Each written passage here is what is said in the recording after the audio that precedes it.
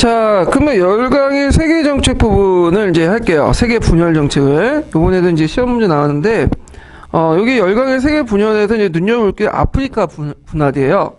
예전까지는 그렇게 아프리카가 중요한 그 식민지는 아니었거든요. 그래서 아프리카에서 나 가봤자 뭐 벌 얻을 건 없었어요. 근데 19세기 중반 이후부터 이제 본격적으로 유럽 열강들이 아프리카에 진출했는데, 그 중에 아프리카에 많이 진출한 이유가 뭐냐면 자원 문제였죠. 그래서 비철 금속 같은 것들이 이제 많이 나왔기 때문에 이렇게 했고, 또 아프리카에 이제 그 들어가는데 큰 문제점이 됐던 게 뭐냐면, 아프리카에 뭐가 있냐, 말라리아라는 병이 있어요. 말라리아. 그래서 이 말라리아 때문에 그 당시 유럽 상인들이 그 해안가만 이렇게 들어가다가 안까지 못 들어갔거든요. 근데 그 당시 키닌이라는 그 말라리아를 격퇴하는 그 효과적인 이제 약이 나왔기 때문에 그걸 통해서 이제 아프리카 내륙까지 들어가기 시작하면서 식민지화 시키겠다. 예. 그래서 아프리카 가실 때는 말라리아를 이렇게 조심하세요. 그래서 제가 아시는 선생님도 그 65살밖에 안 되는데 그렇게 죽을 나이는 아니잖아요. 예. 근데 아프리카 여행 갔다가 그 10일 뒤에 급사하셨어. 보니까 이제 주요 요인이 말라리아 때문에 죽었다고 하거든요. 그래서 아프리카 여행하실 때는 꼭 조심하시고.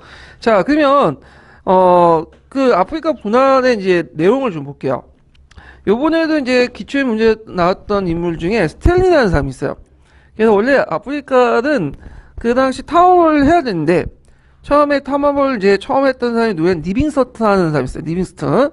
리빙스턴인데, 이 리빙스턴을 탐험하다가 도중에 행방을 불명됐어요. 그래갖고 이때 스탠리라는 기자가 가서 그 뭐냐면 리빙스턴을 찾아갔다가 극적으로 만났죠. 그러면서 이게 세계적으로 널리 보도가 되죠.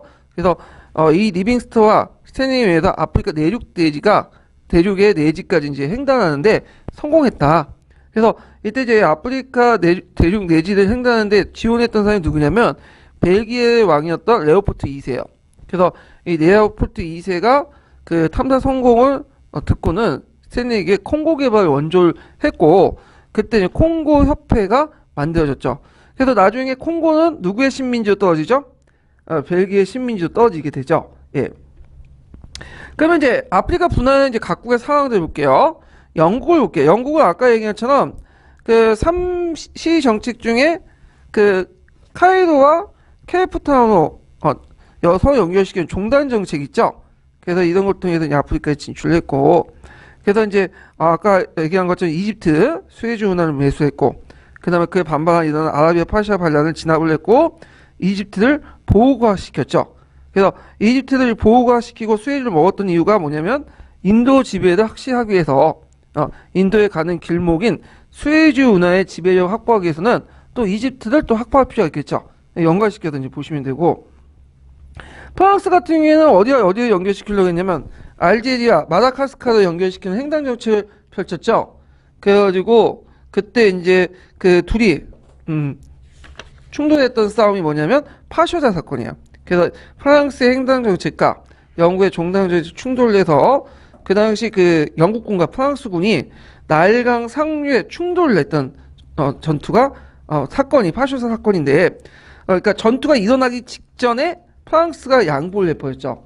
그래서 뭐냐면 이렇게 친선각에 계기된 어떤 계기가 됐던 것들인데, 프랑스가 양보했던 건 뭐냐면 그 당시 독일 때문에 독일이 그 당시 프랑스에서 모로코를 먹고 이게 그러니까 프랑스가 모로코를 이제 가지려고 하는데 독일이 그거에 대해서 이제 들어가려고 하니까 그거에 대한 어떤 염두 때문에 그냥 양보를 한 거죠. 그래서 나중에 영국이 그 뭐냐면 그 모로코 사건을 일으킬 때 대신에 프랑스를 지지해줬죠. 그래서 이 사건을 계기로 양국의 친선 개인을 마련해줬다.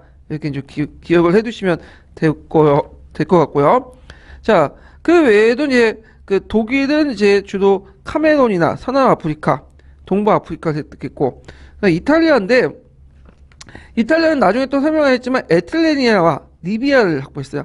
이 에틀리아는 어느 지역이냐면 이디오피아 아시죠? 에티오피아라고 하는 데 있는데, 에티오피아의 그는 내륙 국가고 해안 지역, 그러니까 에티오피아를 들어가는 해안 지역을 에틸이라는 지역이 있어요. 그래서 이 에틸이라는 지역을 이제 확보했다. 지금 독립국가죠. 여기는 예전에 이디오피아와 있다가 독립했던 국가예요. 나중에 이디오피아로부터. 그다음 벨기에는 콩고, 포르투갈, 앙골라, 모자비크 이런 나라들을 먹게 되죠. 그래서 결국에는 그 아프리카 이렇게 분화해 나가면서 그 20세기 초에는 두 개 국가만 남았죠. 에티오피아하고 라이베리아 이렇게 이제 두 개 국가가 나오는데 라이베리아는 미국의 해방 노예가 건설했기 때문에 그런 거죠. 그래서 미국의 해방 노예가 와서 라이베리아를 건설했는데 그래서 그런지 몰라도 그 라이베리아의 국가의 특징이 뭐냐면 미국 국가 유세. 근데 미국 국가가 50개가 있죠. 성조기가. 근데 얘는 벌이 하나밖에 없어. 외로운 벌이야. 그래서 그 라이베리아는 국가를 건설했다. 이렇게 좀 기억을 해두시면 되고. 자, 그 다음에 이제 서구 열강의 아프리카 지배 방식을 볼게요. 자, 먼저 살펴볼 게 베르닝 회의인데, 이게 이제 이번에 시험 문제 예문으로 나왔던 거예요. 베르닝 회의. 자, 요 베르닝 회의는 이제 그 종전에 또 하나의 베르닝 회의가 있었죠. 뒤에. 그래서 이제 이름이 똑같잖아요. 그래서 이제 그 이름이 이제 똑같은데, 그래서 이 이름을 이제 똑같기 위해서, 그래서 이제 그 당시에 그 뭐라고 이제 이 베르닝 회의를 불렀냐면, 그다음 서 베르닝 회의라고 불렸어요. 이 당시에 이거를 이제 잠깐만요. 베르닝 서아프리카 회의라고 불렸어요. 정확한 명칭. 베르닝 서아프리카 회의. 그래서 1884년 2월 달에 맺어진 게, 그 회의를 개최는 베르닝 아프리카 회의라고 부르고, 그 앞에 1878년에 발칸반도 문제 때문에 일어난 베르닝 회의 있죠. 그걸 구분하기 위해서 이제 베르닝 서아프리카 회의라고 부르고, 이걸 누가 주재했냐면 두 개들은, 다 비스마르크가 주재를 했죠. 비스마르크가. 그러면 요걸 왜 일어나냐? 콩고 문제 때문에, 콩고. 예, 콩고인데, 이 당시 콩고가 일단은 제 예전 시험문에 나왔는데 좀 얘기를 해보면, 이 콩고는 콩고강 유역에 둘러싸고 그 당시 이제 그 벨기에, 영국, 프랑스가 쟁탈전을 이제 벌였거든요. 먼저 이 콩고강 유역에 들어간 그 나라가 벨기에예요. 그래서 벨기에가 그 레오폴트 2세를 이제 그 당시 콩고 협회를 창설하고 스탠린을 후원해주죠. 그래서 이제 그 당시 스탠린이 중앙아프리카 콩고강 유역을 참사했고, 1881년에는 그 당시 이제 레오폴트 B라는, 그러니까 오늘날 콩고 민주공화국의 수도였던 킨샤사를 건설했다고 해요. 그래갖고 이제 그 콩고강 유역을 이제 바탕으로 해갖고 보호용으로 삼았는데, 프랑스는 뒤늦게 나와요. 그래서 콩고강 유역의 이제 북쪽 지역에 브라지비라는 곳을 이제 건설하게 되죠. 거기에 이제 또 누가 또 참여하냐면 포르투갈이 이렇게 또 참여해요. 그러면서 이 콩고강 유역을 기초로 해서 그 당시 프랑스, 포르투갈, 그 당시 벨기에 이 삼국이 다툼이 일어나게 되죠. 그래서 요 다툼을 해결하기 위해서 개최한 회의가 베르닝이에요. 베르닝이. 그래서 이 베르닝 결과 어떤 이제 그 결정을 내렸냐면, 그 당시 그 아프리카 분할 원칙이 정해졌는데, 이 아프리카 분할 원칙 중요성 기준이 뭐냐면 그 실질적인 점령과 지배 상태야. 그래서 그 나라가 실제적으로 점령을 하면 이 지역은 그 나라 땅이 된다. 그러니까 벨기에 지역은 누구 땅이 된 거야?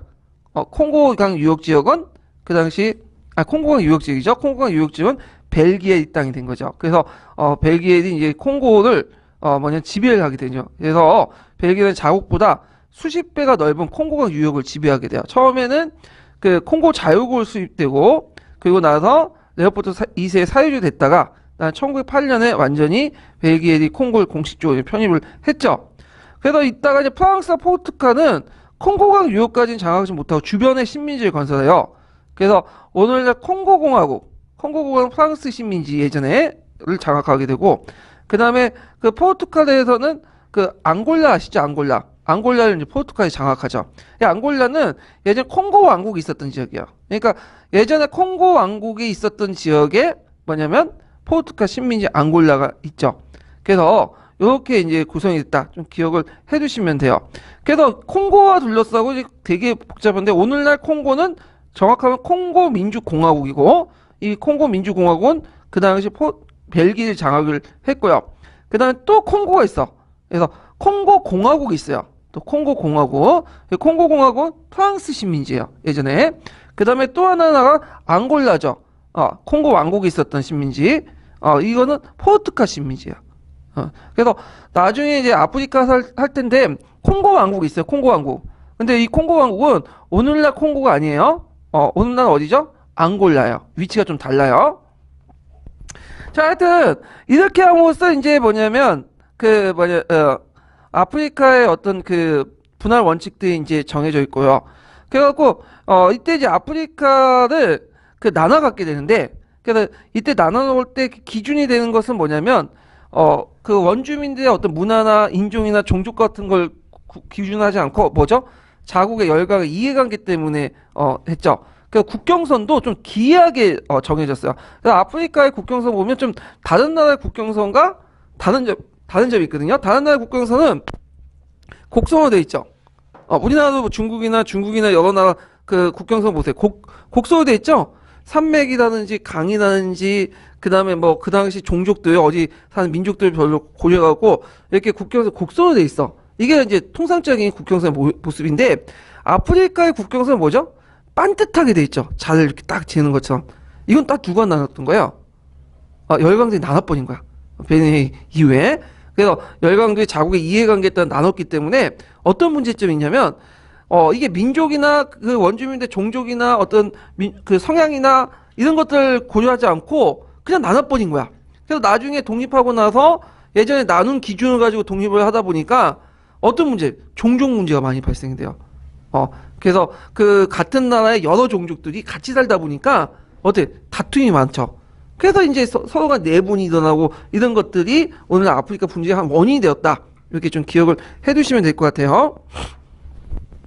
자, 하여튼 요번에 이제 시험 문제 나왔던 거 콩고고요.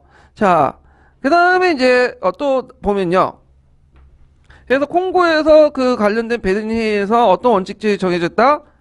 주인 없는 땅이 나오고 선언됐으며 그 아프리카는 일정한 지역을 점령하고 실제로 지배한 국가가 그 지역을 차지한다는 원칙이 확립됐고, 이러면서 유럽 열강의 아프리카 분화의 경쟁이 가속화되죠.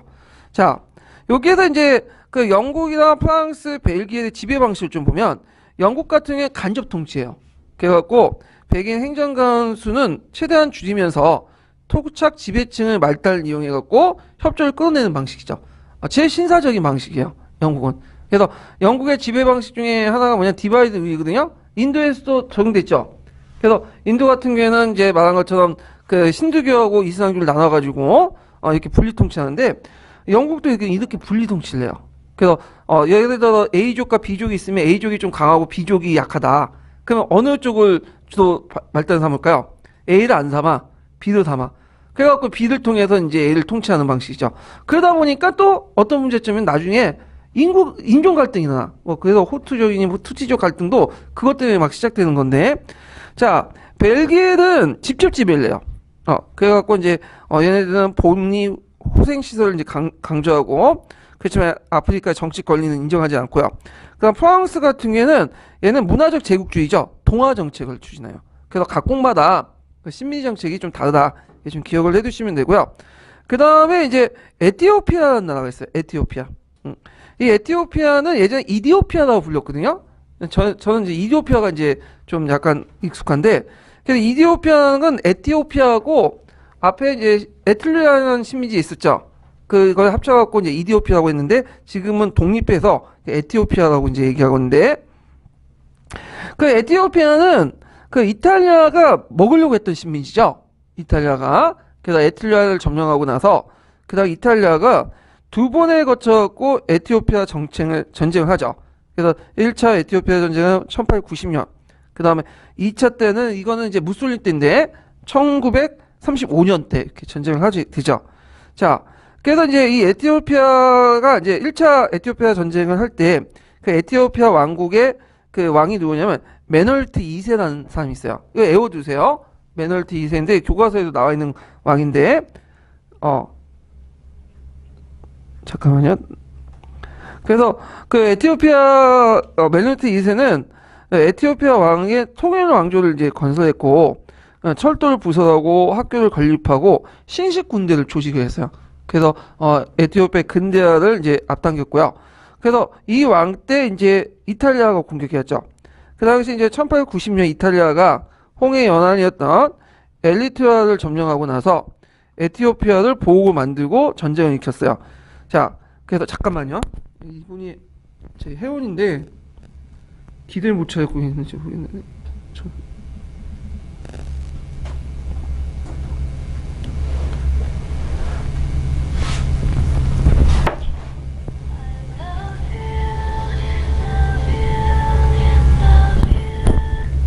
여보세요? 아, 예, 예. 오늘 오신 거예요? 네, 택시를 탔는데 아저씨가 모르세요. 아, 네, 좀 설명 좀 부탁드려요. 아니야. 그게 아니라 오늘 서강대에서 안 한다고 저희 올려놨는데? 여기 정릉 1동 주민센터 찾아가는데 아저씨가 2동 주민센터밖에 모르시겠대요. 아, 그래요? 네, 아니, 어느 쪽으로 지금 택시 타신 거예요? 네, 여기 청량리거든요. 아, 그거 어떻게 하지? 그 찍고 오시면 되는데, 저도 여기 잘 모르는데. 위치 모르세요? 정릉 1동은 여기 위치가 어떻게 되죠? 30여대에서 택시를 타면 좀 어디시래요? 보세요. 여보세요? 성신여대에서 택시 타면 올 수 있다고 하던데요? 여기나. 성신여대에서요? 예. 여기 아리랑 고개 알려주시면 됩니다. 네? 아리랑 고개로. 아리랑 고개로 가시면 될 거예요. 아리랑 고개요. 아리랑 고개에서 오른쪽으로 골목으로 들어가면 된다고. 여기 아파트. 네. 그러니까 어딘지 물어보라는데요? 참. 미도 주유소. 예? 미도 주유소라고. 미도 주요소 부근에 있다고 하는데, 여기가 저도 처음에 가가지고. 정릉 우성 아파트 있는 데라고. 예? 정릉 우성 아파트 있는 데. 아, 정릉 우성 아파트 있는데 가시면 되는데요? 정릉 우성 아파트. 네. 네. 아니, 거기 정릉 1동 주민센터 찍고 가시면 될 것 같은데, 내비에? 내비에서 검색이 안 돼요. 정릉 1동 어린이집. 아, 정동 1동 어린이집은 돼요? 정동 1동 어린이집은 돼요? 정릉